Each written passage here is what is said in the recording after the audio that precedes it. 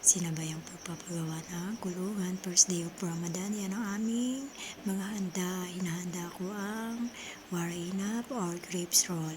So, ang unang process dyan ay onion, tomato, circle, at ilalagay ang meat na pinakuluan, unang kulo at tapon, at yan, tinimplahan ko ng tomato paste. Nag-squeeze ako ng 4 na lemon or 5 lemon.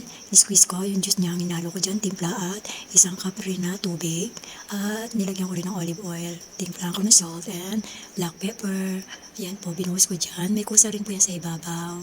Yan yung ito naman ang 15 pieces samosa cheese and samosa meat. Ayan yung mga ilahanda namin. At siyempre, adas soup. Hindi mawawala ang adas soup.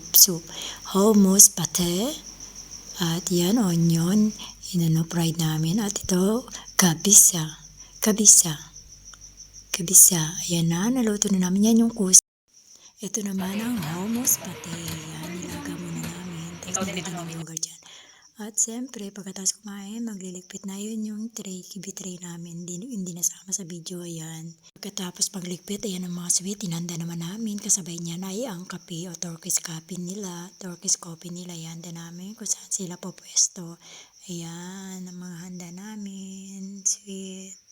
Mga prutas. For watching. Thank you so much.